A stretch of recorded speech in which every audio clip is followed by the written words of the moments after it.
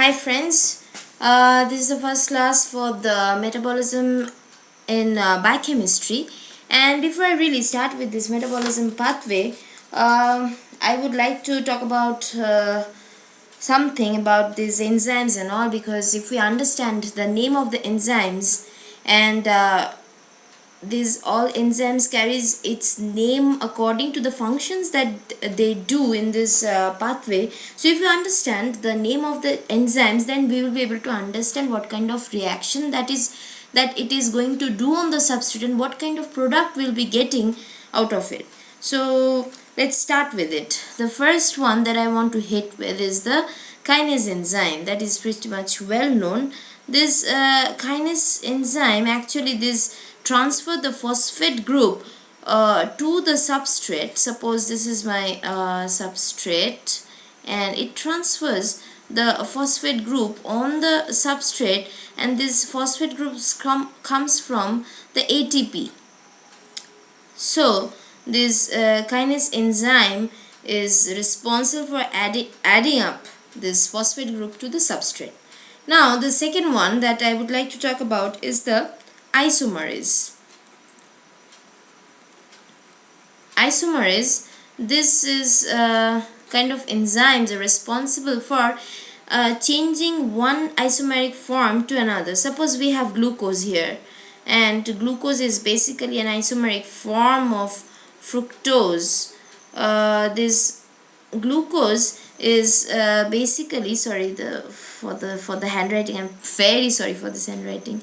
Glucose, basically it has got a functional group of aldehyde, and we call it an aldohexose, whereas this ketose has a ketone group, so we call it an ketohexose. Hexose means 6 carbon ring it has.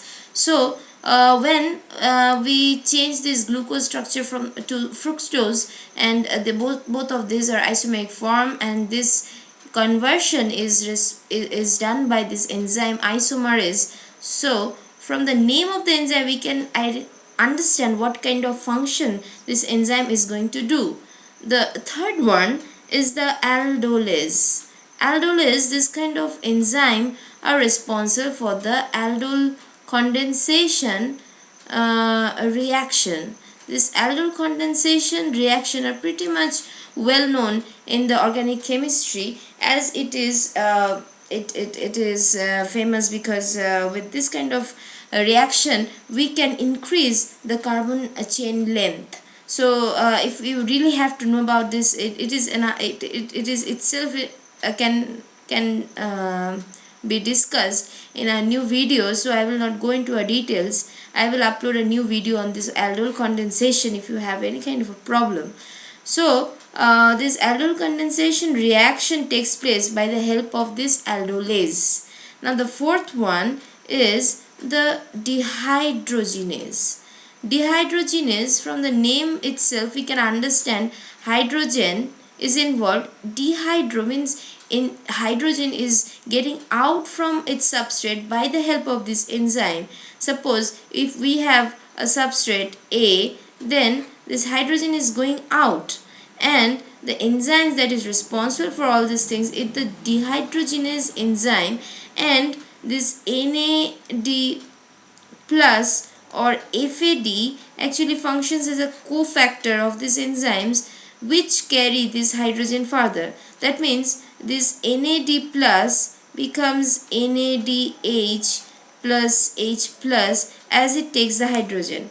This substrate is now getting oxidized, and these cofactors are getting reduced, and this FAD on the other hand, if it is there as a cofactor, if it is working as a cofactor with the dehydrogenase enzyme, then it takes the hydrogen and it becomes FADH2. Now both of this goes to the electron transport chain in the mitochondria, and then it produces ATP. I will go into the details of this electron transport chain in my later videos. So until now you just know this NADH plus H plus is responsible for producing 2.5 molecule of ATP, and this FADH2 it is responsible for producing 1.5 molecule of ATP.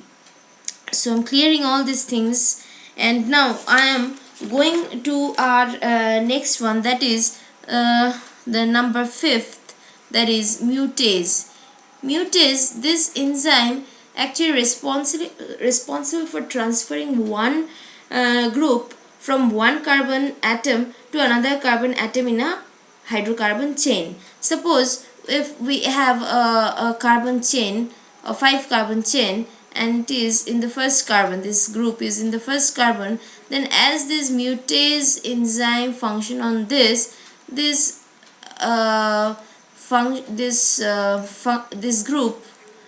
group actually shifts from one carbon to another carbon. Suppose it has come to this carbon now. Now if we number the carbons, 1 2 3 4 5, this is 1 2 3 4 5, then it was in the first carbon, now it is in the third carbon, and the enzyme that is responsible for this kind of function, it is the mutase enzyme. Now the 6th is the enolase. Enolase, this kind of enzymes, actually it is very interesting, their function is very interesting. That is, suppose if you have a carbon chain and here there is OH as a functional group and there is H, and you balance all the other hands of the carbon. As you know that carbon has 4 hands, so you can balance like this. And this what does this enolase enzyme does? It takes this hydrogen and hydroxyl group from 2 carbon, which is actually very adjacent to each other, and it takes away the water from the structure. Now the new structure what we have in our hand is some more or less like this. It has formed a double bond. This is the double bond. When this hydroxyl and the hydrogen group has gone away from these 2 carbon, their hands are now open to join and form a second bond with each other, and it is an ene form. Ene is the word that you use when you have a double bond in your carbon chain. Okay, so now the 7th one is the synthase, or you can also call it synthetase.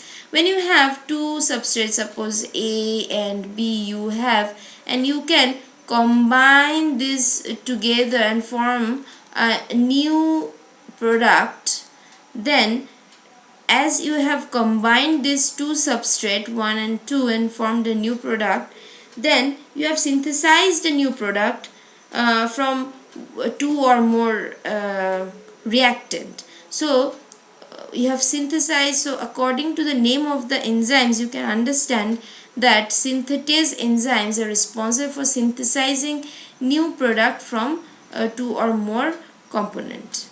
Now the last one, but pretty well known one, is the ATPase. We know this enzyme since we have started to learn this biology properly. This ATPase enzyme are responsible for hydrolyzing the ATP into ADP plus Pi.